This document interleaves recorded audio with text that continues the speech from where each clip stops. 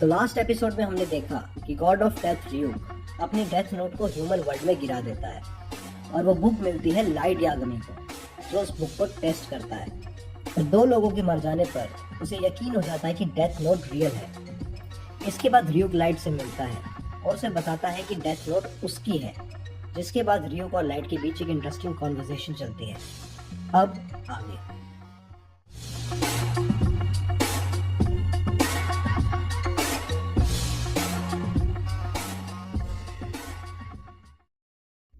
Ryuk college में भी light के साथ टाइम स्पेंड करने लगता है और र्यूक के साथ टाइम स्पेंड करना लाइट को अब नॉर्मल लगने लगता है। लाइट घर पर आते ही डेथ नोट पर नाम लिखना शुरू कर देता है कि अचानक उसके डोर पर उसकी सिस्टर सायू नॉक करती है मैथ्स प्रॉब्लम में हेल्प लेने के लिए।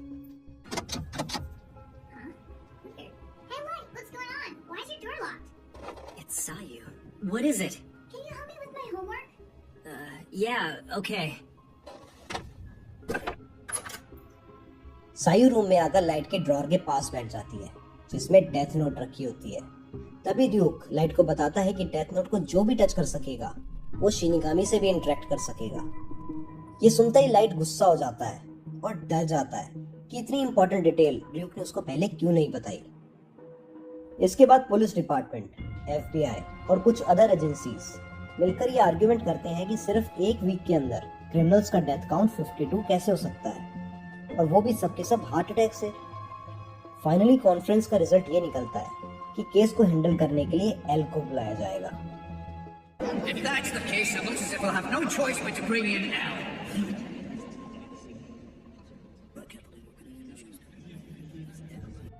पुलिस डिपार्टमेंट का एक मेंबर मात्सुदा पूछता है कि एल कौन है, तो सोइशिरो यागमी, जो कि पुलिस डिपार्टमेंट का चीफ और लाइट यागमी का फादर, मात्सुदा को बताता है कि एल का रियल नेम और वो कहाँ रहता है ये किसी को भी नहीं पता।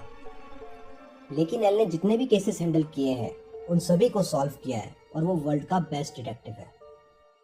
इतने में कॉन्फ्रेंस में एक आर्ग्यूमेंट स्टार्ट हो जाती है कि ये एल को बुलाने का सही टाइम नहीं है, और एल को अगर बुलाना भी हो तो किसी को नहीं पता कि एल को कैसे कांटेक्ट किया जाए। तभी पीछे से एक आवाज आती है, Hell is already on the move.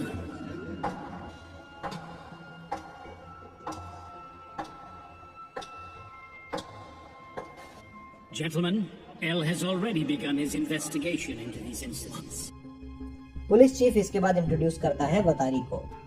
Police chief Matsuda को बताता है कि सिर्फ वतारी ही एक ऐसा पर्सन है जो एल को कांटेक्ट कर सकता है और उसकी ट्रू आइडेंटिटी का किसी को भी नहीं पता।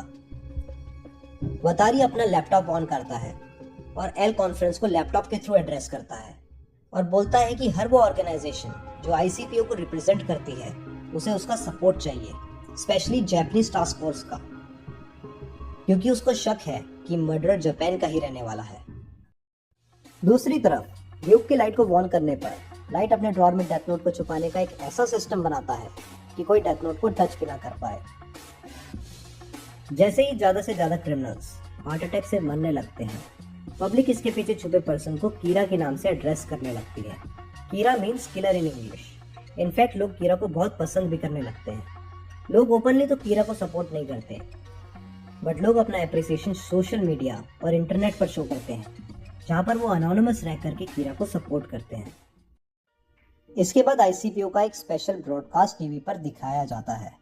ब्रॉडकास्ट में एक पर्सन अपना नाम लिंड एल टेलर बताता है और रिवील करता है कि वही असली एल है।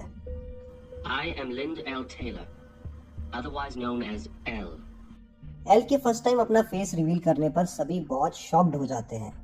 एल ब्रॉडकास्ट में कीरा के सारे एक्शंस को बहुत बुरा बताता है और बोलता है कि वो कीरा को पकड़कर ही रहेगा।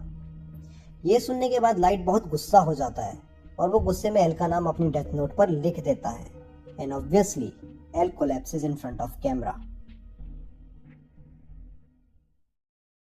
इसके बाद एकदम से एल का सिग्नेचर टीवी पर फ्लैश होता है और वो बोलता है कि वो विश्वास नहीं कर पा रहा कि कीरा बिना किसी जगह पर प्रेजेंट हुए कैसे किसी को मार पा रहा है। और इसके बाद एल रिवील करता है कि जिस पर्सन को कीरा ने अभी अभी टीवी पर मारा वो एक क्रिमिनल था जिसका एग्जीक्यूशन उसी दिन होना था। एल ये भी रिवील करता है कि ये टीवी ब्रॉडकास्ट सिर्फ जापान के कैंटो रीजन में दिखाया गया था, जिससे ये भी कंफर्म हो जाता है कि कीरा कैंटो रीजन में रहने वाला है। एल ये भी बताता है कि उसने कीरा के फर्स्ट विक्टिम का भी पता लगा लिया है, जिससे ये भी पता लग जाता है कि मर्डर्स कीरा ने कुछ ही टाइम पहले करना शुरू किए हैं। Kira, I will hunt you down wherever you're hiding and I will eliminate you. I am justice. तो यहाँ खत्म होती है हमारे डेथ नोट की एपिसोड 2 की स्टोरी। और हर वीडियो की तरह this video also has a target to achieve and the target for this video is 600 likes. और अगर आपको ये वीडियो पसंद आई हो तो इसे ज़रूर शेयर कीजिए और इंटरनेट फैमिली को बढ़ाते रहिए ताकि हम मोटिवेटेड रहें ऐसी वीडियोस बनाने के लिए। So please subscribe to this channel and I'll see you in another video.